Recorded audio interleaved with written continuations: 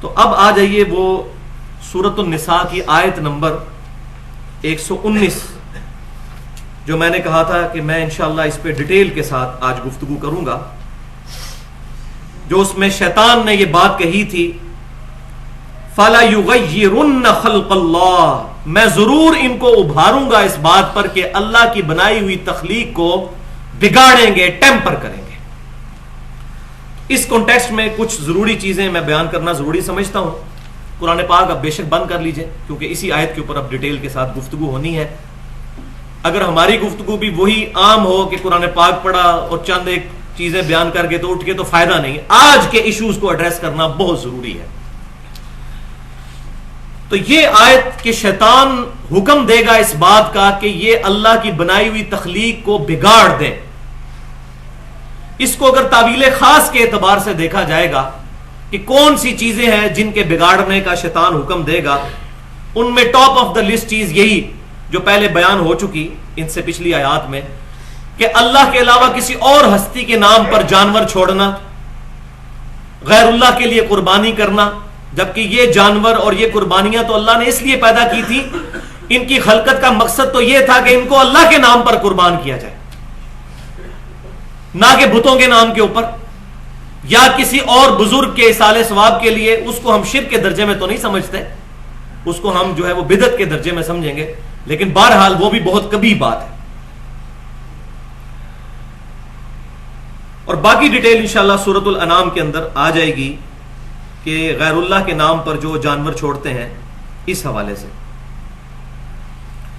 اسی طریقے سے خلقت میں تغیر کرنا یہ ہے کہ مرد عورتوں کی مشابہت اختیار کریں اور عورتیں مردوں کی مشابہت اختیار کریں، یہ بھی خلقت کے اندر ہے تبدیلی کہ اللہ تعالیٰ نے مرد بنایا تھا لیکن کام عورتوں والے اس نے شروع کر دیے، اپنا گیٹ اپ عورتوں والا بنانا شروع کر دیا، اور بنایا عورت تھا اور اس نے مردوں والا گیٹ اپ اڈاپٹ کرنا شروع کر دیا۔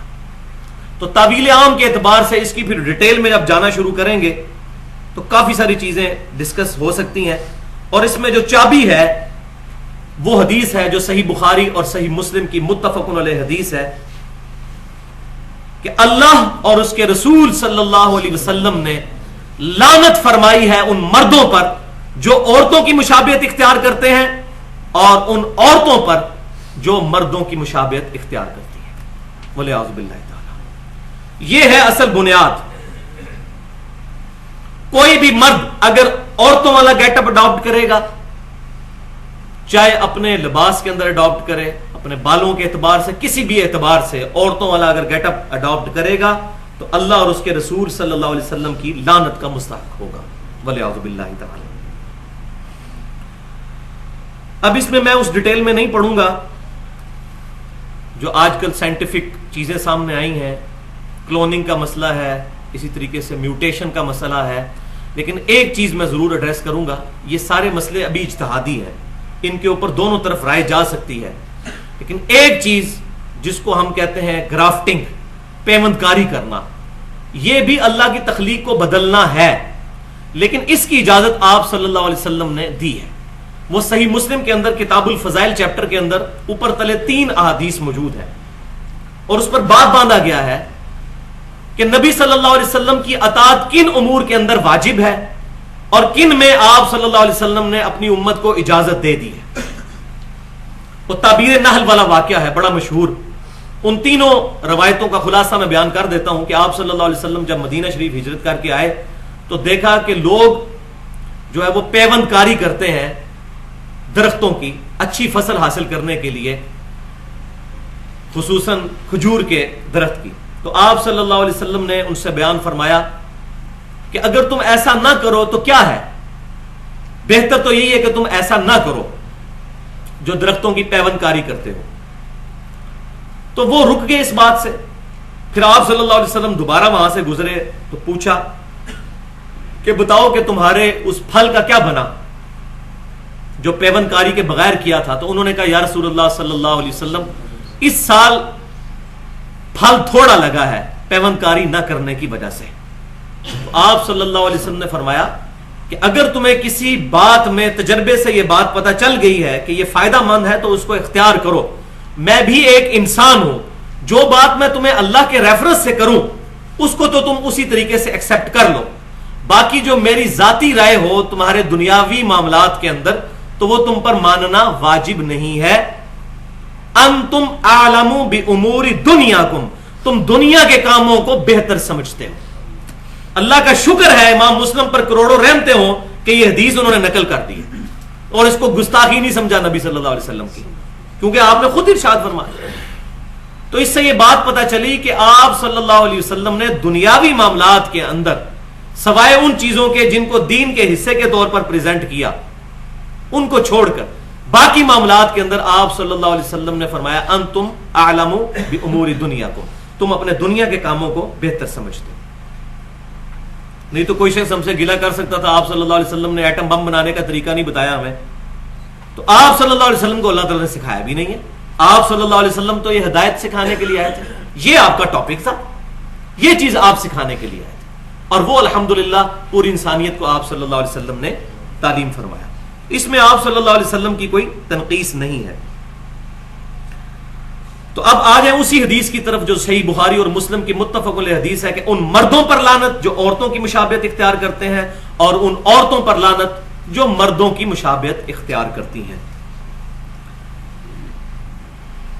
تو ہمارے اس معاشرے کے اندر کئی چیزیں خلقت کی تبدیلی کے اعتبار سے ہو رہی ہیں. ہمارے پڑوسی شہر میں گجرات کے اندر, یہاں سے تقریباً 30-40 منٹ کی ڈرائیو ہے, ایک مزار کا نام ہے شاہ دولہ ولی,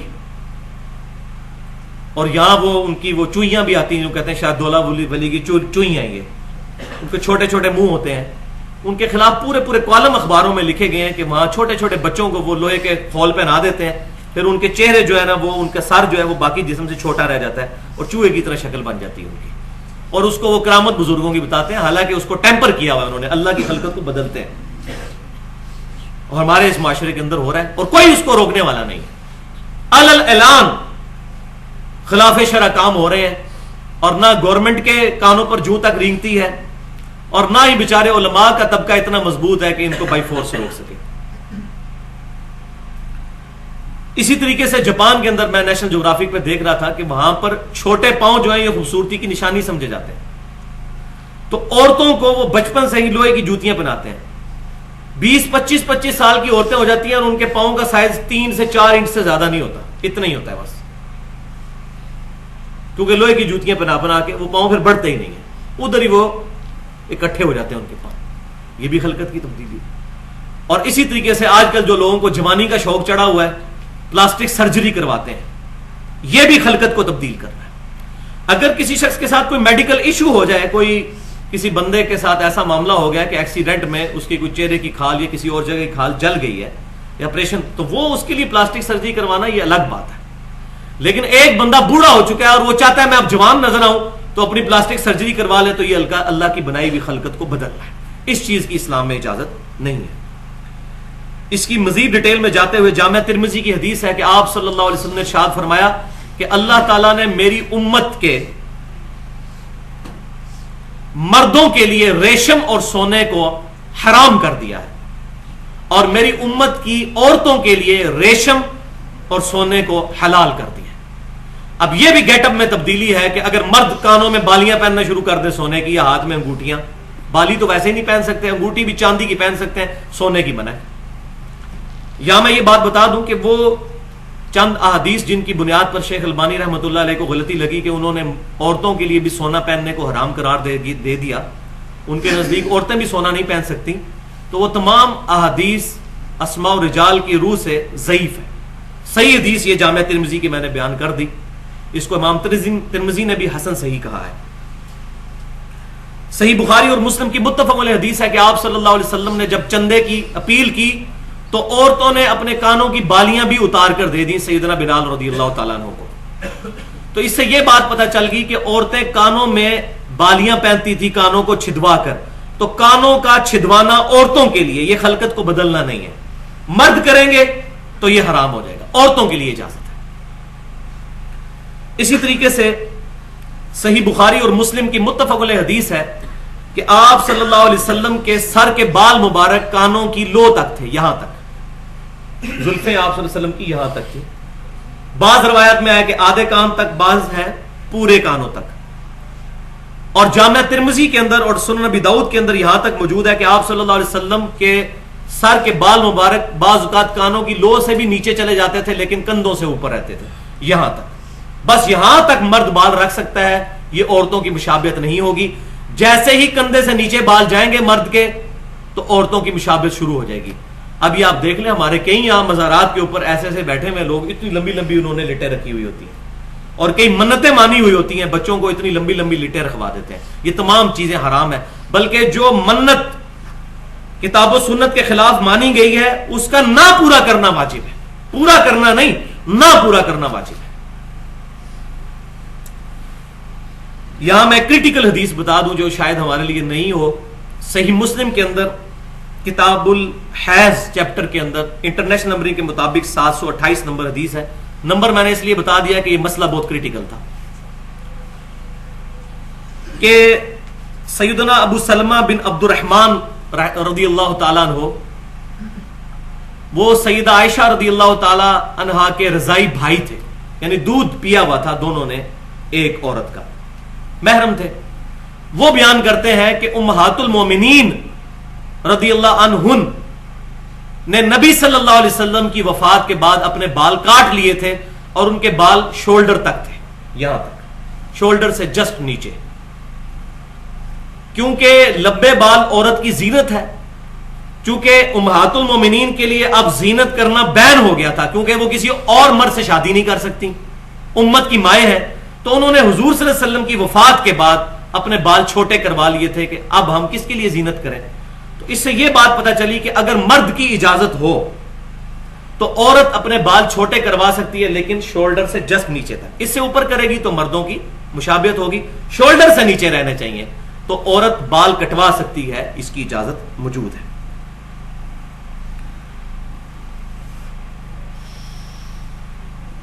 لیکن یہاں یہ بھی بات یاد رکھیں کہ عورتیں آج کل اسی حدیث کی آڑ میں کہ مردوں کی سی صورت نہ بنائی جائے، غلو کرتے ہوئے اپر لپس کرواتی ہیں. یہ اس میں تو کوئی اختلاف نہیں کہ اگر عورت یا مرد کے اندر ایسی معاملات ہو جائیں جو کہ ایک دوسرے کی جن کے ساتھ میچ کر رہے ہو، جنس کے ساتھ، اس میں تبدیلی کی جا سکتی ہے. مثال کے طور پر ایک عورت ہے، اس کی داڑھی اور مونچھ کے بال نکل آتے ہیں تو اب اس کے لیے ضروری ہے کہ وہ اس خلقت کو بدلے کہ اپنی مونچھ کے بال ریموو کرے، داڑھی کے بال ریموو کرے عورت کے لیے، تاکہ اس کی مردوں والی مشابہت نہ بنے. لیکن یہ اس صورت میں ہے اگر داڑھی مونچھ نکل آئے. اگر داڑھی مونچھ نکلی نہیں، یہ باریک باریک سے جو بال ہوتے ہیں پورے جسم کے اوپر، ان کو نہیں عورت ریموو کروا سکتی. اسی طریقے سے یہ آئی بروز جو بنواتی ہیں عورتیں، ابرو کے بھووں کے بال ریموو کر دیتی ہیں اور اس آڑ کے اندر کہ جی یہ جو ہے وہ مردوں سے مشابہت نہ ہو جائے، بہت موٹی ہیں ہماری بھویں تو ہم نے ان کو پتلا کرنا ہے، اس طرح کے بہانے بنا کر. تو ایسا کرنا بھی شریعت میں حرام ہے. اس کے بارے میں پرٹیکولر بخاری اور مسلم کے اندر حدیث بھی موجود ہے. اب اس میں معذرت کے ساتھ ہمارے ملک کے اندر ایک بہت بڑی خاتون ہے اور میں سمجھتا ہوں پچھلی صدیوں میں بھی ان کی مثال نہیں پیش کی جا سکتی جتنا انہوں نے دین کی خدمت کے حوالے سے کام کیا ہے، ڈاکٹر فرحت ہاشمی. لیکن ہم نے پورے سکہ راویوں کے ساتھ ان کے ساتھ جو ہے وہ رابطہ کرنے کے بعد یہ بات بالکل ثبوت تک پہنچی کہ ان کے درس میں جانے والی عورتیں بھی یہ اپنے بال جو ہیں اپر جو یہ آئی بروز ہیں یہ بنواتی ہیں. اگرچہ ان کو یہ حدیثیں بھی پتہ ہیں لیکن وہ ان احادیث کی تعویل کرتی ہیں. وہ حدیثیں میں آگے انشاءاللہ بیان کرتا ہوں. ان کا موقف یہ ہے کہ چونکہ موٹے اگر یہ ہو جائیں گے آئی بروز تو یہ اور مردوں کی مشابہت ہو جائے گی، لہٰذا اگر اس کو تھوڑا سا کم کر لیا جائے تو یہ مردوں کی مشابہت سے بچنے کے لیے ہم کرتے ہیں. تو یہ بالکل ظلم ہے. اس کی وجہ یہ ہے کہ اب تو سائنٹیفک دور ہے، اسٹیٹسٹیکل ڈیٹا اکٹھا کیا جائے، عورتیں ہی اکٹھا کریں کہ ایوریج عورتوں کی آئی بروز کی چوڑائی کتنی ہوتی ہے. اب نیچرل ہی اگر اتنی ہوتی ہے اور اس کو خام خواہ کہنا ہے یہ ایک خاص حد سے بڑھ گئی ہے اور اس کو اب باریک کرنا ہے تو یہ بڑی زیادتی والی بات ہے. اسٹیٹسٹیکل ڈیٹا اکٹھا کریں، اس کے بعد کوئی کیلکولیشن کر لیں لیکن وہ جب ڈیٹا اکٹھا کیا جائے گا تو یہ بات بالکل واضح ہو جائے گی کہ یہ بہت کم ہوگا کہ ایسا معاملہ ہو کہ کسی عورت کی یہ بہت زیادہ بڑھ جائے اور ماتھے تک بال چلے جائیں. ایسا نہیں ہوگا. یہ صرف ایک اسکیپ روٹ نکالا ہوا ہے اس معاملے کے اندر. تو معذرت کے ساتھ ان معاملوں میں بہت احتیاط کی ضرورت ہے.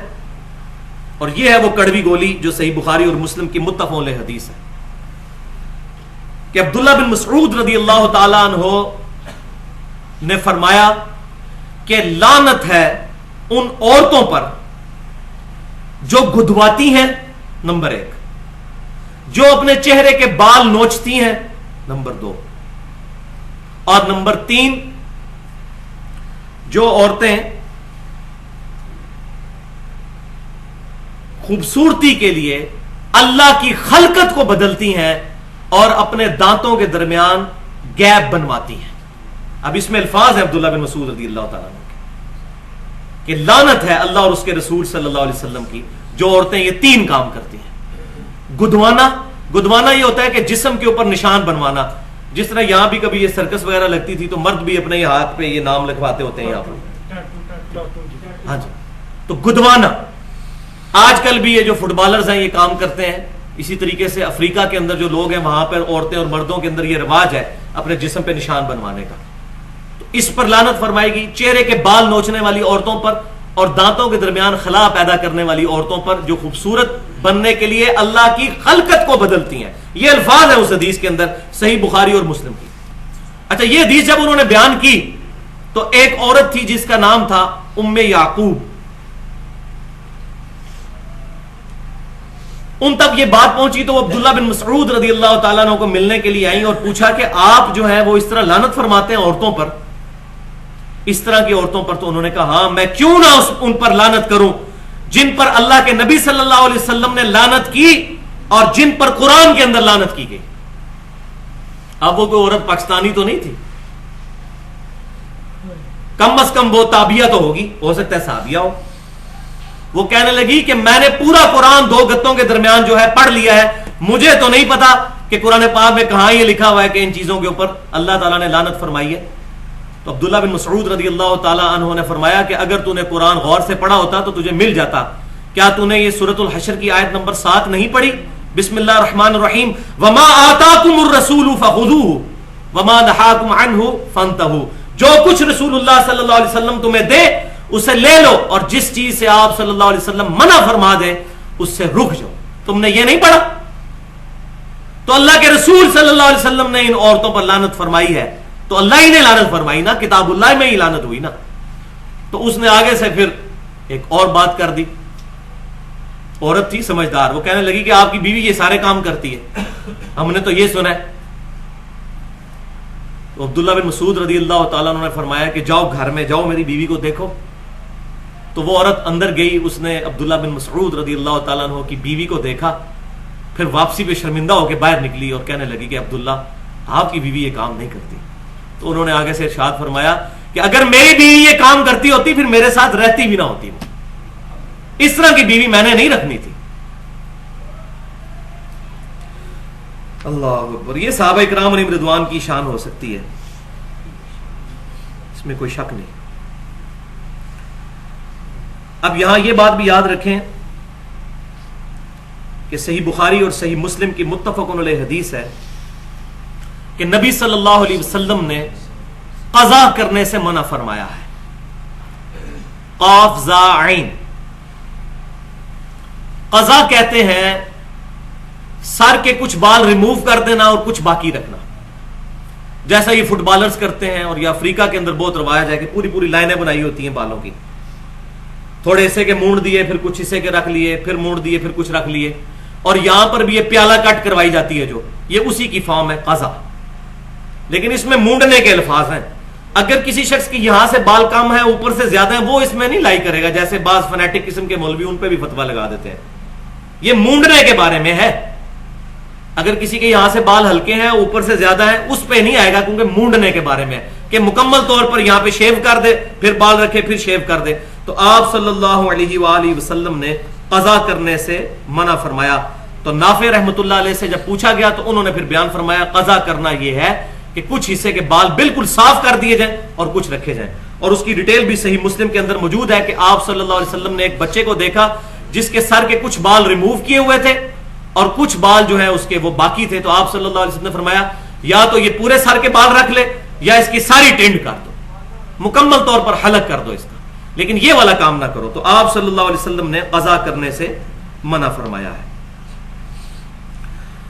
اب یہاں یہ بھی بات یاد رکھیں کہ یہ ہمارے جو باڈی بلڈر حضرات جو ہیں یہ بعض اوقات پورے جسم کے بال بھی ریموو کر دیتے ہیں. اب سائنٹیفکلی یہ چیزیں ثابت ہو چکی ہیں کہ ان بالوں کی اہمیت ہے, سوائے ان بالوں کے جن کی ڈیٹیل آگے آئے گی کہ وہ بال ریموو کرنا شریعت نے ضروری ٹھہرائے ہیں اور اس کی حکمت بھی سامنے آ جائے گی. تو پورے جسم کے بال صاف کرنا میڈیکلی بھی بالکل غلط ہے. اور بعض لوگ پھر بہانہ بناتے ہیں ہمارے جسم کے اندر بال بھی بہت ہیں, ہارمونز کی ڈسٹرب ہو جانے کی وجہ سے اس لیے بال ریموو کرتے ہیں. بھائی جتنے بھی بال ہوں اتنے بال نہیں ہے کپڑوں سے باہر آنا شروع کر دیں گے اور آپ کے لیے مصیبت بن جائے گی. ایسی صورتحال نہیں ہوتی. انسان اپنے اوپر تھوڑا سا کنٹرول کرے تو شریعت کی پاسداری کر سکتا ہے. اب ایک اور مسئلہ کہ عورتوں کو اگر بال جھاڑ کی بیماری ہو جائے تو صحیح بخاری اور مسلم کی متفق علیہ حدیث ہے کہ امام کائنات صلی اللہ علیہ وآلہ وسلم نے ارشاد فرمایا کہ اللہ کی لعنت ہو ان عورتوں پر جو بال گدواتی ہیں, بال کے اندر بال گوند لیتی ہیں. جس طرح یہاں پراندہ استعمال کیا جاتا ہے یہ تو جائز ہے کہ دھاگے کا پراندہ عورتیں جو ہے وہ بالوں کو سیدھا رکھنے کے لیے اس میں پراندہ ڈال لیتی ہیں, لیکن بالوں کے اندر اگر بالوں کا پراندہ ڈالا جائے گا تو یہ حرام ہے اور نبی صلی اللہ علیہ وسلم نے لعنت فرمائی ہے. حتیٰ کہ بخاری اور مسلم میں یہاں تک ہے کہ ایک عورت نے کہا کہ میری بچی کی شادی ہونے والی ہے, اس کے بال بہت چھوٹے ہیں, بیماری کی وجہ سے جھڑ گئے ہیں, تو آپ کیا مجھے اجازت دیتے ہیں؟ تو آپ صلی اللہ علیہ وسلم نے اجازت نہیں دی. اس سے یہ بات بھی پتہ چلی کہ وگ لگانا بھی شریعت کے اندر حرام ہے. البتہ اس میں ایک گنجائش نکل سکتی ہے, وہ یہ ہے کہ اگر بال ٹرانسپلانٹ کروا لیے جائیں, وہ خلقت کو بدلنا نہیں. مثلا ایک بندے کی عمر ہی چھوٹی ہے اور وہ گنجا ہو گیا ہے 20 22 25 سال کی عمر میں, تو اب اگر اسی کے اپنے بال یہاں سے پیچھے سے اتار کر وہ ٹیشوز وغیرہ جو ہے وہ یہاں لگا لیتے ہیں سینٹر میں اور بال اگنا شروع کر دیتے ہیں, یہ معاملہ بالکل ڈیفرنٹ ہے. ٹرانسپلانٹیشن کرنے کا معاملہ یہ خلقت کو بدلنا نہیں ہے, یہ اسی کی چیز اس کے اوپر لگا لی ہے. لیکن ایک 80 سال کا بابا ہے وہ یہ کام کروائے گا, وہ پھر خلقت کو بدل رہا ہوگا, کیونکہ اس کے تو اس عمر میں ویسے ہی بال جا کے جھڑ جانے. میں جوان آدمی کی بات کر رہا ہوں تو اس کو اس چیز کی اجازت, لیکن وگ پہننے کی بالکل قطعاً اجازت نہیں. اور اس میں پھر بڑے ایشو بھی آ جاتے ہیں اور غسل کا مسئلہ اور باقی ساری چیزیں آ جاتی ہیں, اور یہاں پر کیٹیگوریکل نبی صلی اللہ علیہ وسلم نے منع فرما دیا. یہ جو میں نے مسئلہ ٹرانسپلانٹیشن کا بیان کیا یہ اجتہادی مسئلہ ہے, اگر اس میں کسی کو اختلاف ہو تو وہ اختلاف رائے رکھ سکتا ہے. اب یہاں یہ بھی بات یاد رکھیں کہ جامع ترمذی, سنن ابی داؤد اور سنن نسائی کی حدیث ہے کہ ایک صحابی رضی اللہ تعالیٰ عنہ جن کا نام تھا ابن سعد, ان کی ایک جنگ کے دوران ناک کٹ گئی, تو انہوں نے چاندی کی ناک بنوا کر یہاں لگائی. ظاہر ہے کہ انسان بدصورت لگتا ہے, ناک کٹ گئی کسی کی, یہاں بھی ایکسیڈنٹ میں ہو سکتا ہے کسی کے ساتھ حادثہ, لیکن کچھ عرصے کے بعد وہ چاندی کی ناک کے اندر بدبو پھیل گئی. تو پھر آپ صلی اللہ علیہ وسلم نے حکم فرمایا کہ یہ چاندی کی ناک ریموو کر کے سونے کی ناک لگا لو, کیونکہ سونا آپ کو پتا ہے سب سے ایلیٹ میٹل ہے, یہی سونے کی خوبی ہے. کنڈکٹر بھی 100% ہے, زنگ بھی اس کو نہیں لگتا. اگر بجلی کی بچت کرنی ہو تو سونے کی تاریں ہونی چاہیے, لیکن سونا مہنگا بہت ہے. جس طرح لکڑی کے اندر دیار ٹاپ آف دا لسٹ ہے, اسی طریقے سے میٹلز کے اندر سونا. تو اس صحابی کے بارے میں نبی صلی اللہ علیہ وسلم نے حکم فرمایا کہ اس کی سونے کی ناک بنوا کر یہ لگائے. ترمذی, ابو داؤد اور نسائی کے اندر موجود ہے. اس سے یہ بات پتہ چل گئی کہ اگر کسی کے اعضاء کسی ایکسیڈنٹ میں ضائع ہو جائیں تو وہ اعضاء لگوا سکتا ہے. جیسے آج کل کسی کی ٹانگ ٹوٹ جاتی ہے وہ عضو لگوا سکتا ہے, بازو ٹوٹ جاتا ہے, اسی طریقے کان کسی کا کٹ جاتا ہے تو وہ کان لگوا سکتا ہے, حتیٰ کہ سونے کا بھی لگوا سکتا ہے. اس سے یہ بھی بات پتہ چلی کہ اگر جو ہے وہ بدبو پھیلنے کا خدشہ ہو اور کسی کا دانت ٹوٹ جائے جبکہ اس کی دانت ٹوٹنے کی عمر نہ ہو تو وہ سونے کا بھی دانت لگوا لے تو یہ جائز ہے. اب یہ دیکھ لیں, یہ واضح حدیثیں موجود ہیں الحمدللہ. اب میں یہ مسائل بیان کر رہا ہوں تو آپ میری تقلید کرنا شروع کر دیں گے, جی 10 قرآن حدیثی مسئلے کتنے لکھے ہیں؟ سارے مسئلے الحمدللہ کتاب و سنت میں لکھے ہوئے ہیں. اور یہ جدید مسائل جو آج تک آ رہے ہیں آج بھی اجتہاد جاری ہے, یہ کہیں فکس نہیں ہو گیا 1200 سال پہلے, قیامت تک اجتہاد جاری رہے گا. آج کے دور کے کئی مسئلے ہیں جو میں نے پچھلی دفعہ اجماع والے ٹاپک میں بتا بھی دیا کہ جو آج کے دور کے مسائل ہیں، لہذا مصنوعی اعضاء لگانا بھی درست ہوا۔ اسی طریقے سے کوئی شخص اپنی زندگی کے اندر اپنا کوئی عضو ڈونیٹ کر سکتا ہے کسی کو۔ مثال کے طور پر میڈیکلی یہ چیز پروف ہو چکی ہے کہ اگر کسی شخص کا ایک گردہ ہو تب بھی وہ زندہ رہ سکتا ہے، اور اللہ نے ہمارے جسم میں 2 گردے رکھے ہیں، لیکن اس کو بیچا نہ جائے۔ اگر کوئی شخص اپنے قریبی بھائی کو، باپ کو گردہ دے سکتا ہے کہ اس کے گردے فیل ہو گئے اور اس کی وجہ سے اس کی جان بچ سکتی ہے تو یہ جائز ہے، لیکن دل نہیں کسی کو نکال کے دے سکتا کیونکہ وہ تو خود مر جائے گا۔ اسی طریقے سے مرنے کے بعد بھی اعضاء اپنے ڈونیٹ نہیں کر سکتا، اس پر بھی اتفاق ہے۔ مرنے کے بعد وہ جس طرح ہے وہ اللہ تعالیٰ کی امانت ہے، اس کو اسی طریقے سے سپرد کیا جائے۔ نہ وہ خود وصیت کر سکتا ہے نہ پیچھے کوئی کر سکتا ہے، جس طرح یہ سری لنکا کے اندر رواج ہے کہ وہ آنکھیں ڈونیٹ کر جاتے ہیں، شریعت کے اندر اس کی کوئی گنجائش موجود نہیں ہے۔ تو یہ میں نے الحمدللہ چیزیں ڈیٹیل کے ساتھ بیان کر دی۔ اب وہ چیزیں بیان کرنے لگا ہوں کہ جن چیزوں کا ریموو کرنا وہ فطرت میں داخل ہے۔ ایسے بال جن کا ریموو کر دینا، جن کا صاف کر دینا فطرت ہے۔ ابھی تک تو وہ باتیں ہوئی تھی کہ یہ کام آپ نے نہیں کرنے، اب کون سے ایسے کام ہیں جن کا کرنا فطرت کے اندر داخل ہے؟ صحیح بخاری اور صحیح مسلم کی متفق علیہ حدیث ہے کہ آپ صلی اللہ علیہ وسلم نے ارشاد فرمایا کہ 5 چیزیں فطرت میں داخل ہیں۔ 5 چیزیں۔ نمبر 1، ختنہ کروانا۔ اب یہ بھی گوشت کو بدلنا ہے، کاٹنا ہے، لیکن یہ فطرت میں داخل ہے۔ نمبر 2، زیر ناف بال صاف کرنا۔ نمبر 3، بغلوں کے بال اکھیڑنا یا صاف کرنا، اس پر بھی اجماع ہو چکا ہے، حدیث میں الفاظ اکھیڑنے کے، لیکن یہ صاف کرنا بھی اکھیڑنے میں ہی داخل ہے۔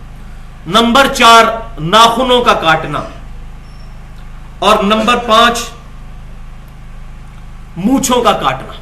یہ 5 چیزیں، ان چیزوں کو کرنا یہ فطرت میں داخل ہے، یہ فطرت کو بگاڑنا نہیں ہے۔ اور صحیح مسلم کی ایک اور حدیث ہے جس میں 5 مزید چیزیں بھی بیان ہوئی ہیں، 10 چیزیں ہیں اس میں، اور جو 5 باقی چیزیں بیان ہوئی اس میں سے ایک داڑھی، دوسرا مسواک، تیسرا ناک میں پانی ڈالنا، چوتھا جوڑوں کو دھونا، یعنی جسم کے مختلف جوڑ جو ہیں ان کو دھونا غسل کے اندر اور وضو کے اندر، اور 5واں پانی کے ساتھ استنجا کرنا۔ تو یہ 5 چیزیں اس کے اندر ملائیں تو 10 چیزیں فطرت میں داخل ہوئیں۔ تو اصل مقصد ہے صفائی کرنا، اور یہ تمام چیزیں مسلمز، جیوز، کرسچنز تمام کے درمیان متفقن علیہ چیزیں ہیں۔ یہ جیوز، کرسچن، مسلمز تمام ختنہ بھی کرواتے ہیں، بال بھی ریموو کرتے ہیں، انڈر آرمز جن کو ہم کہتے ہیں، یہ ساری چیزیں ریموو کرتے ہیں وہ، اور یہ ان کی کتابوں میں بھی ہے اور پریکٹیکلی ان کا عمل بھی ہے اس کے اوپر، اور اب میڈیکلی بھی یہ چیزیں ثابت ہو چکی ہیں کہ ان چیزوں کا ریموو کرنا یہ بہت ضروری ہے۔ اور صحیح مسلم کے اندر حدیث موجود ہے کہ انس بن مالک رضی اللہ تعالیٰ عنہ کہتے ہیں کہ نبی صلی اللہ علیہ وسلم نے ہمارے لیے اس کی حد مقدار جو مقرر فرمائی تھی وہ 40 دن ہے، کہ 40 دن کے اندر اندر یہ چیزیں ریموو کرنی ہے۔ یہ جو عوام کے اندر مشہور ہے کہ چاول کے دانے کے برابر بال ہو جائیں اور یہ ہو جائے، یہ کوئی چیز نہیں موجود ہے۔ 40 دن کی حد ہے زیادہ سے زیادہ، کم سے کم سنت یہ ہے کہ ہر جمعے کو یہ بال ریموو کر لیے جائیں۔ اب چونکہ یہ اس کو ریموو کرنا ہے لہذا اس کے لیے کوئی بھی طریقہ اڈاپٹ کیا جائے گا، چاہے وہ پاکی ریزر ہو یا ویکس ہو یا اس طریقے سے کوئی ہیئر ریموونگ کریم ہو، ان تمام چیزوں کا استعمال کرنا جائز ہے۔ اور حکمت اس کے اندر کیا ہے؟ دیکھیں میں نے اس پر بڑا غور کیا تو مجھے یہ چیز سمجھ آئی کہ ہمارے جسم میں 3 حصے ہیں جہاں پر پسینہ جمع ہو سکتا ہے اور وہ حصے پسینے کی وجہ سے خراب ہو سکتے ہیں۔ ایک یہ ہمارے جو انڈر آرمز ہیں، بغلے، یہ جوڑ، اور دوسرا زیر ناف والا حصہ، چھوٹی شرمگاہ سے لے کر بڑی شرمگاہ کے دھونے تک کی جگہ، اور تیسرا انگلیوں کے درمیان جو ہماری پاؤں کی انگلیاں، یہ بھی ہمیشہ کٹھی رہتی ہیں، ہاتھ کی تو کھلی رہتی ہیں عمومی حالت میں۔ یہ 3 جگہیں ہیں جہاں پر پسینہ جمع ہو کر بیماریاں ہو سکتی ہیں۔ اچھا، اللہ تعالیٰ نے کیسا اہتمام کیا اس کا کہ مسلمان کو حکم دیا کہ وہ یہ بال صاف کرے۔ وہ بال جب رہتے ہیں تو بدبو پیدا ہوتی ہے، اور عموماً ہم لوگ بھی غیر مسلموں سے جب ملتے ہیں، میں خود چائنا بھی گیا اور وہاں لوگ کہتے ہیں دیکھیں جی غیر مسلموں سے بدبو آتی ہے، اس کو وہ روحانی طور پر لے کے جاتے ہیں کہ جی یہ غیر مسلم ہے اس لیے. یہ ایسی بات نہیں ہوتی ہے. اصل مسئلہ یہ کہ وہ صفائی نہیں کرتے. ان بالوں کی وہ صفائی شروع کر دیں ان سے بھی بدبو نہیں آئے گی. چائنیز کی بات کر رہا ہوں, اہل کتاب کی نہیں. کرسچنز اور جوز کرتے ہیں یہ چیز, وہ بدبو اس وجہ سے آتی ہے. یہاں پر بال ہوتے ہیں, پسینہ اکٹھا ہو جاتا ہے تو وہاں سے بدبو آنا شروع ہو جاتی ہے. اسی طریقے سے جو زیر ناف بال ہے, وہاں بھی جہاں جوڑ ملنے کی جگہ ہے وہاں پر پسینہ آتا ہے اور بال بھی موجود ہوتے ہیں, تو وہ اس کو ایک انوائرمنٹ مل جاتی ہے پسینے کو وہاں رہنے کی, بدبو پیدا ہو جاتی ہے. جبکہ پاؤں کی انگلیوں کے درمیان ایسا کوئی مسئلہ نہیں ہے, اور ویسے بھی ہم وہ وضو کے اندر اس کو دھو لیتے ہیں, وہاں کوئی ایسا مسئلہ نہیں ہوتا. لیکن جو لوگ زیادہ جرابیں استعمال کرتے ہیں تو ان کو بھی آپ دیکھتے ہوں گے کہ ان کے وہاں سے بدبو آنا شروع ہو جاتی ہے. تو یہ اس کی شرعی حکمت ہے ان جگہوں سے بال کو ریموو کرنے کی. ختنہ کرنے کے اوپر تو اس وقت پوری انسانیت کا تقریباً اجماع ہو چکا ہے, سوائے ہندوؤں کو چھوڑ کے. انہوں نے اس کو مذہبی مسئلہ بنا لیا. باقی جوز, کرسچنز, ان کی کتابوں میں بھی یہ بات لکھی ہے کہ وہ ختنہ کرواتے ہیں. ایون امریکہ کے اندر جب بچہ پیدا ہوتا ہے تو ہاسپٹل میں ہی وہ ختنے کر دیتے ہیں ساتھ ہی. یہ چیز مطلب اسٹیبلش ہو چکی ہے الحمدللہ. یہ جو شریعت کی چیزیں ہیں اللہ تبارک و تعالیٰ نے ان کو اسٹیبلش کروا دیا ہے.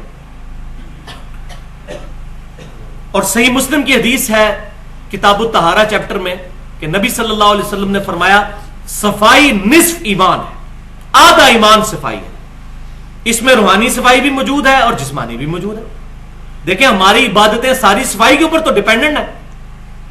وضو, غسل, کپڑوں کا پاک کرنا, یہ تمام کی تمام چیزیں صفائی کے ساتھ ڈیپینڈنٹ ہیں. تو صفائی نصف ایمان ہے. اب اس میں ایگزیجریشن بھی نہیں ہونی چاہیے. نہ تو صفائی کا اہتمام کرتے ہوئے کوئی شخص ہمیشہ ہی شیشے کے آگے کھڑا رہے, ایسا بھی نہیں ہو جانا چاہیے. اور نہ ایسا ہو کہ اپنے آپ سے وہ بے پرواہی کا شکار ہو جائے. بلکہ شریعت میں یہ چیز پسند کی گئی ہے کہ کوئی شخص صفائی اور ستھرائی کا اور پاکیزہ رہنے کا, خوشبو لگانے کا اہتمام کرے. صحیح مسلم میں حدیث ہے کہ آپ صلی اللہ علیہ وسلم نے ارشاد فرمایا کہ جس کے دل میں رائی کے دانے کے برابر بھی تکبر موجود ہے وہ جنت میں داخل نہیں ہوگا. والعیاذ باللہ. تو ایک صحابی نے مسئلہ ہی حل کر دیا. انہوں نے کہا یا رسول اللہ صلی اللہ علیہ وسلم, انسان تو چاہتا ہے کہ اس کے کپڑے اچھے ہوں, اس کی جوتیاں اچھی ہوں, کیا یہ بھی تکبر ہے؟ تو آپ صلی اللہ علیہ وسلم نے فرمایا نہیں, یہ تکبر نہیں ہے, بلکہ تکبر یہ ہے کہ تم حق بات سے اناد کرو, اس کو قبول نہ کرو اور لوگوں کو حقیر جانو, یہ تکبر ہے.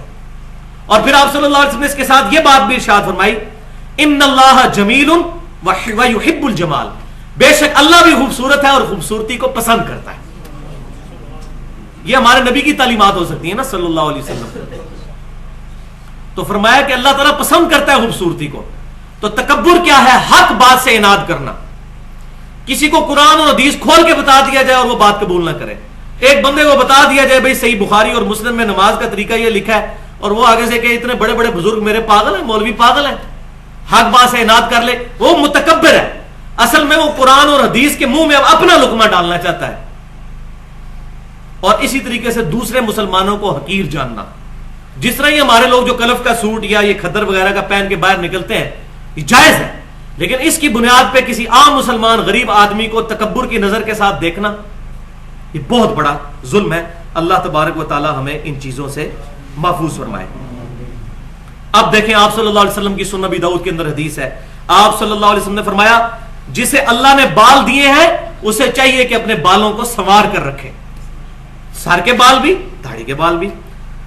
اور سنن نسائی اور مسند امام احمد میں حدیث موجود ہے کہ آپ صلی اللہ علیہ وسلم نے ایک شخص کو دیکھا کہ اس نے بڑا غیر معیاری لباس پہنا تھا. تو آپ صلی اللہ علیہ وسلم نے اس کا پورا انٹرویو کیا. آپ صلی اللہ علیہ وسلم نے فرمایا کہ بتا تیرا سورس آف انکم کیا ہے, تیرے ریسورسز کیا ہے, تیرے ایسٹس کیا ہے. تو اس سے جب انٹرویو کیا تو پتا چلا بڑا امیر آدمی ہے. تو آپ صلی اللہ علیہ وسلم نے اس کو ڈانٹتے ہوئے ارشاد فرمایا کہ اگر تجھے اللہ نے اتنا کچھ دیا ہے تو تیرے جسم پہ اس کا اثر نظر آنا چاہیے. سبحان اللہ. بلکہ جامعہ ترمذی میں ہے کہ نبی صلی اللہ علیہ وسلم نے ارشاد فرمایا کہ اللہ تبارک و تعالی اپنے بندے پر اس کی دی ہوئی نعمتوں کا اثر دیکھ کر خوش ہوتا ہے. سبحان اللہ. کہ میں نے اس کو یہ نعمت دی اور اس کا اثر اس کے اوپر نظر آ رہا ہے, الحمدللہ.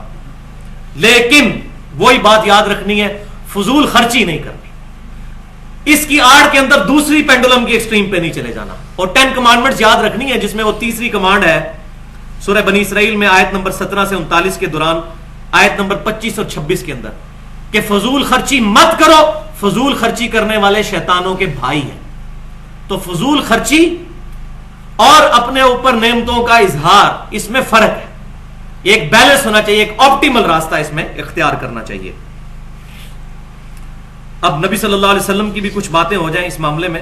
اس سے پہلے یہ حدیث جو سنن نسائی اور مسند امام احمد میں ہے، یہ معاملہ بالکل کلیئر کر دے گی کہ آپ صلی اللہ علیہ وسلم نے ایک شخص کو دیکھا، اس کے بال بکھرے ہوئے تھے. تو آپ صلی اللہ علیہ وسلم نے فرمایا اس کو کوئی چیز نہیں ملتی کہ اپنے بالوں کو سنوار لے. اور ایک شخص کو دیکھا، اس کے کپڑے بڑے گندے تھے. تو آپ صلی اللہ علیہ وسلم نے فرمایا اس کو کوئی چیز نہیں ملی کہ یہ اپنے کپڑے دھو لے اور صاف کپڑے پہنے. یہ صحیح حدیث ہے، میں بیان کر رہا ہوں. ضعیف حدیثیں تو خیر بہت ہیں اس طرح کے، لیکن یہ صحیح حدیث ہیں الحمدللہ جو میں نے اس کانٹیکسٹ میں بیان کی ہیں. اب آپ صلی اللہ علیہ وسلم کے مبارک بالوں کا ذکر ہو جائے. صحیح بخاری اور مسلم کی متفق علیہ حدیث ہے کہ آپ صلی اللہ علیہ وسلم کے بال مبارک کانوں کی لو تک تھے. میں نے پہلے بھی بتایا، اور بعض اوقات کندھوں سے اوپر یہاں تک بھی آ جاتے تھے. اور صحیح بخاری اور مسلم کی متفق علیہ حدیث ہے کہ آپ صلی اللہ علیہ وسلم اپنے سر مبارک کے سینٹر میں مانگ نکالا کرتے تھے، جس کو ہم چیر کہتے ہیں نکالنا. آدھے بال اس طرف، آدھے اس طرف. سیدہ عائشہ فرماتی ہیں سنن نبی داؤد کے اندر، جامع ترمذی میں، کہ میں آپ صلی اللہ علیہ وسلم کی کنگھی کیا کرتی تھی تو اس کے 2 حصے بالوں کے بنا دیتی تھی، درمیان میں سے ادھر اور ادھر. تو اس سے بات پتہ چلی کہ سنت یہ ہے کہ جو بالوں کا جو مانگ ہے وہ درمیان میں نکالنی چاہیے. تو سائیڈ پہ مانگ نکالنا یہ یہود و نصارہ کا طریقہ ہے.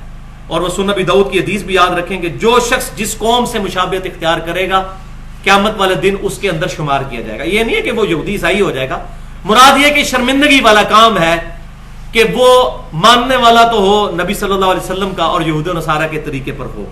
اللہ تعالی ہمیں اس طرح کے معاملات میں سنت پر عامل بنائے اور اس یہود و نصارہ کے طریقے سے بچائے. اور صحیح بخاری اور مسلم میں یہاں تک موجود ہے کہ امام کائنات صلی اللہ علیہ وسلم نے، ابن عمر رضی اللہ تعالیٰ عنہ کہتے ہیں کہ میں نے دیکھا آپ صلی اللہ علیہ وسلم نے حج کے موقع کے اوپر اپنے بالوں کو کسی چیز سے چپکایا ہوا ہے اکٹھا کرنے کے لیے، جس کو آج ماڈرن زمانے میں آپ جیل کہہ سکتے ہیں. تو جیل لگانا بھی سنت ہے بالوں کو اکٹھا کرنے کے لیے. ظاہر اتنے بڑے جب بال ہوں گے، جہاں تک بال رکھے ہوئے ہیں، تو وہ بال جو ہیں وہ اب حج کے موقع پر آپ صلی اللہ علیہ وسلم نے امامہ تو نہیں پہنا ہوتا تھا. وہ بخاری مسلم کے اندر موجود ہے کہ احرام کی حالت میں اپنی ٹوپیاں اتار دو، پگڑیاں اتار دو، امامے اتار دو. تو حج کے موقع کے اوپر تو سر پر کوئی چیز لینی نہیں ہوتی. اب اتنے بڑے بال ہیں تو بکھر جائیں گے. تو آپ صلی اللہ علیہ وسلم نے کسی چپکنے والی چیز کے ساتھ اپنے بالوں کو چپکایا ہوا ہوتا تھا. اور ابن عمر کہتے ہیں مجھے منظر آج بھی یاد ہے کہ آپ صلی اللہ علیہ وسلم کے بال چپکے ہوئے تھے اور آپ تلبیہ بلند کر رہے تھے، لبیک اللہم لبیک لبیک لا شریک لک لبیک. شکر ہے ساتھ انہوں نے بیان کر دیا، ورنہ لوگوں نے کہا تھا جی ننگے سر رہنا بھی سنت ہے. یہ حج کے موقع پہ، حج کی سنتیں بالکل ڈیفرنٹ ہیں. وہاں آپ عورتوں کے ساتھ، اپنی بیویوں کے ساتھ تعلق بھی نہیں قائم کر سکتے، ناخن کاٹنا بھی منع ہے، بال اتارنا بھی منع ہے. تو حج والی سنتیں جو ہیں وہ عام حالت میں بالکل میچ نہیں کرتی، اس کو عام حالت میں نہیں لگایا جا سکتا. اب آخر میں اس کانٹیکسٹ میں داڑھی کے مسئلے کو ڈسکس کرنا چاہتا ہوں، لیکن وہ اگلی دفعہ انشاءاللہ کروں گا کیونکہ اب ٹائم ہمارا درس کا مکمل ہونے والا ہے. بس ایک بات میں بیان کر دوں عورتوں کے حوالے سے، چونکہ زیادہ تر مسائل ان کے ڈسکس ہوئے. اگلی دفعہ انشاءاللہ مردوں کی سختی آئے گی قرآن و سنت کی روشنی میں. تو کہ عورتیں اپنے چہرے کا پردہ اس کا بھی اہتمام کریں. اس میں اس وقت یہ چیزیں ایمبیگوس بن چکی ہیں، اور ایون ڈاکٹر ذاکر نائک بھی شیخ البانی صاحب کی تحقیق سے متاثر ہو کر انہوں نے بھی، حالانکہ اس میں کوئی شک نہیں ہے جو انہوں نے دین کی خدمت کی ہے وہ اپنی جگہ اور ہمیں ان کی خدمات کا بالکل اعتراف ہے، لیکن غلطی کسی شخص سے بھی ہو سکتی ہے.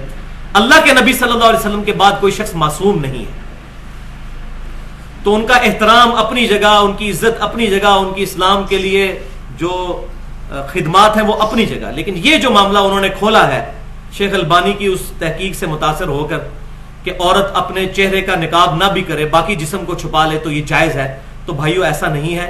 قرآن پاک میں سورۃ الاحزاب، سورۃ النور پری ڈیٹرمنڈ ریزلٹس کے بغیر خود پڑھیں، آپ کو پتا چل جائے گا کہ پردے کے کیا احکام ہیں. میں ڈیٹیل میں اس میں نہیں جانا چاہتا، لیکن ایک چیز میں ضرور بیان کروں گا، صحیح بخاری اور مسلم کی متفق علیہ حدیث ہے جو اما عائشہ رضی اللہ تعالی عنہا پر جو ہے معاذ اللہ استغفر اللہ زنا کی تہمت لگی تھی، تو اللہ تعالیٰ نے ان کی برات کا اعلان کیا سورۃ النور کے اندر. اس کے اندر اس صحابی کے الفاظ ہیں جنہوں نے آپ رضی اللہ تعالیٰ عنہ کو دیکھا تھا بعد میں اور پہچان لیا تھا، پھر آپ رضی اللہ تعالیٰ عنہ نے پردہ کر لیا تو وہ کہنے لگے، وہ الفاظ ہیں بخاری اور مسلم میں، کہ میں نے اما عائشہ کو اس لیے پہچان لیا تھا کہ میں نے آیات پردہ نازل ہونے سے پہلے سیدہ عائشہ کو دیکھا ہوا تھا. اس کا مطلب بعد میں نہیں وہ دیکھی جاتی تھی. بالکل واضح ثبوت ہے. اب اس طرح کی تحقیق میں پڑ جانا اور اس کی وجہ سے مسلمانوں کے لیے اور کہنا جی چہرہ تو زینت ہی کوئی نہیں ہے، بھائیو چہرے کی وجہ سے تو عورت کو پسند کیا جاتا ہے. کتنی نان سینس اور نان سائنٹیفک بات ہے یہ بات کرنا کہ چہرہ زینت ہی نہیں ہے. میں کہتا ہوں اگر یہ چیزیں نہ بھی ہوتی تب بھی آج کے دور میں اجتہادی طور پر بھی چہرے کا نقاب بہت ضروری ہے. بلکہ قرآن میں جو چہرے کا نقاب ہے وہ تو بڑا سخت ہے، وہ تو ہے جلباب، گھونگٹ اپنا آگے ڈالیں اس طریقے سے، اس میں آنکھیں بھی نظر نہیں آتی. اور آج اس کے قریب جو سب سے بہترین پردہ ہے وہ ہمارے یہ جو علاقہ غیر کی عورتیں یا افغانستان میں جو عورتیں ہیں، کلچرل ان کا جو پردہ ہے، کلچرل پردہ جس کو وہ ٹوپی والا اس کو شٹل کاک برقع کہتے ہیں، وہ بہتر ہے کیونکہ اس میں آنکھیں بھی نظر نہیں آتی. البتہ یہ کسی نہ کسی معاملے میں ان کی آنکھوں کے کھلا رہنے کی اجازت دی جا سکتی ہے. اس کی وجہ یہ ہے کہ آج کل جس طریقے سے پولوشن ہو چکی ہے اور سڑکوں پہ چلنا بہت دشوار ہے، تو اس اعتبار سے کبھی نکلنا پڑے تو اس کی جسٹ آخری درجے میں اجازت مل سکتی ہے. باقی جو چہرہ کھول کے پھر رہی ہیں یہ بالکل زیادتی ہے. باقی انشاءاللہ تعالی سورۃ النساء کی آیت نمبر 119 پہ اگلی دفعہ ڈیٹیل سے ڈسکشن کریں گے. الحمدللہ پچھلی دفعہ سورۃ النساء آیت نمبر 119 کے تحت مسلمان مردوں اور عورتوں کے بالوں سے متعلق، ناخنوں سے متعلق، اسی طریقے سے دیگر اعضاء سے متعلق کیا شرعی احکام ہیں، اس کے اوپر میں نے تقریباً 40 منٹ گفتگو کی تھی. آج انشاءاللہ تعالی اسی کانٹیکسٹ میں داڑھی کے مسئلے کے اوپر ڈسکشن ہوگی ان ڈیٹیل، تاکہ یہ ایک بہت بڑا ایسٹ تیار ہو جائے اس حوالے سے کہ فرقہ واریت سے بالا تر ہو کر داڑھی کے مسئلے کو مسلمانوں تک پہنچایا جائے. لیکن اس سے پہلے کچھ مزید وضاحتیں 5 پچھلے درس کے حوالے سے میں ضروری سمجھتا ہوں کہ وہ ہم شروع میں ہی ڈسکس کر لیں اسی آیت کے تحت. سورۃ النساء آیت نمبر 119، اس میں جو شیطان کی چالیں آئی تھی ان میں سے ٹاپ آف دا لسٹ چال یہ تھی، بسم اللہ الرحمن الرحیم، وَلَآمُرَنَّهُمْ، اور میں ضرور انہیں حکم دوں گا، فَلْيُغَيِّرُنَّ خَلْقَ اللَّهِ، پس وہ ضرور بدل دیں گے اللہ تعالیٰ کی تخلیق کو. تو اللہ تعالیٰ کی تخلیق کو بدلنے میں کون کون سی چیزیں آتی ہیں اس پر ڈیٹیل سے گفتگو ہوئی تھی. وہ 5 چیزیں جو رہ گئی تھیں پچھلی دفعہ وہ میں بیان کر دیتا ہوں. ان میں سے پہلی چیز یہ کہ صحیح بخاری اور مسلم کی متفق علیہ حدیث ہے کہ امام کائنات سید الاولین والآخرین شفیع المذنبین رحمت للعالمین سیدنا و مولانا امام اعظم محمد رسول اللہ صلی اللہ علیہ وآلہ وسلم نے لعنت فرمائی ہے ان عورتوں پر جو اپنے چہرے کے بال نوچتی ہیں. تو اس پہ میں نے ڈیٹیل کے ساتھ جو یہ آئی بروز کا مسئلہ ہے یہ بیان کیا تھا. تو اس میں بسا اوقات کسی بھی ہماری مسلمان بہن کو یہ وسوسہ آ سکتا ہے کہ میں تو شروع سے آئی بروز بنوا رہی ہوں، اب اگر میں نے یہ بنوانا چھوڑ دیے تو شاید میرے آئی بروز بہت زیادہ پھیل جائیں اور بڑھ جائیں. تو یہ بالکل شیطانی وسوسہ ہے. اللہ تعالیٰ نے یہ اسپیشل قسم کے بال بنائے ہیں اور آپ دیکھیں گے کہ لوگ بوڑھے ہو جاتے ہیں لیکن یہ والے بال ان کے کالے ہی رہتے ہیں اور یہ خاص حد سے زیادہ بڑھتے نہیں ہیں. میرے اپنے گھر کی مثال ہے، میری جب شادی ہوئی تو شادی سے پہلے میری وائف جو ہے وہ یہ بنواتی تھی، اور وہ بھی کیا، وہ کالج کی لڑکیوں نے زبردستی یہ کام شروع کروا دیا. تو میں نے اس کو شادی کے فوراً بعد کہا کہ اب یہ تم نے کام نہیں کرنا. اب الحمدللہ 8واں سال ہے اور وہ یہ کام نہیں کر رہی، اس کے باوجود کوئی زیادہ نہیں پھیلے، جو نیچرل ہیں وہ وہیں پر ہے. تو یہ شیطانی وسوسہ اس حوالے سے نہیں آنا چاہیے، اس پر توبہ کرنی چاہیے. دوسری چیز جو صحیح مسلم کی حدیث ہے کہ انس بن مالک رضی اللہ تعالیٰ عنہ کہتے ہیں کہ نبی صلی اللہ علیہ وسلم نے مسلمانوں کے لیے ناخن اور مونچھوں کے بال اور زیر ناف بال اور بغلوں کے بال، ان کے بارے میں 40 دن کی لمٹ ارشاد فرمائی ہے کہ 40 دن کے اندر اندر ان کو کاٹنا ہے. تو یہ حکم مرد اور عورت دونوں کے لیے ہے. لہٰذا وہ عورتیں جو لمبے ناخن رکھتی ہیں تو وہ بھی شریعت کے خلاف چل رہی ہیں. عورت کو بھی یہ اجازت نہیں کہ وہ اپنے ناخن لمبے کرے. یہ اپنے گوشت کی کھال جو یہ یہاں پر اینڈ پہ انگلیوں پہ آتی ہے یہاں سے بڑھانے کی اس کی اجازت نہیں ہے، چاہے مرد ہو یا عورت. البتہ عورتوں کو نیل پالش لگانے کی اجازت ہے اگر وہ وضو اور غسل کے دوران احتیاط کر لیں، یعنی جب وہ وضو کرنے لگیں یا غسل اتارنے لگیں تو نیل پالش کو ریموو کر لیں. وہ پالش ریموور مل جاتے ہیں، ریموو کر کے وضو اور غسل کا اہتمام کر لیں تو پھر کوئی حرج نہیں ہے. نیل پالش لگانے میں کوئی مسئلہ نہیں ہے، نہ اس کے اندر کوئی کیمیکل کانٹیکٹس ایسے موجود ہیں جن کے بارے میں کوئی شرعی حکم لگا ہو حرام کے زمرے میں. اسی طریقے سے عورتیں سرخی بھی استعمال کر سکتی ہیں زینت کے طور پر، لیکن یہ نیل پالش لگانا یا سرخی لگانا یا اسی طریقے سے دیگر زینت کی چیزیں کرنا یہ خالصتاً اپنے خامند کے لیے ہوں گی، یا پھر ایسی مجلس کے لیے جہاں صرف عورتیں ہوں. غیر محرم مردوں کے درمیان اس طریقے سے میک اپ کر کے اور بن ٹھن کے پھرنا قطعاً حرام ہے اور یہ شیطانی راستہ ہے.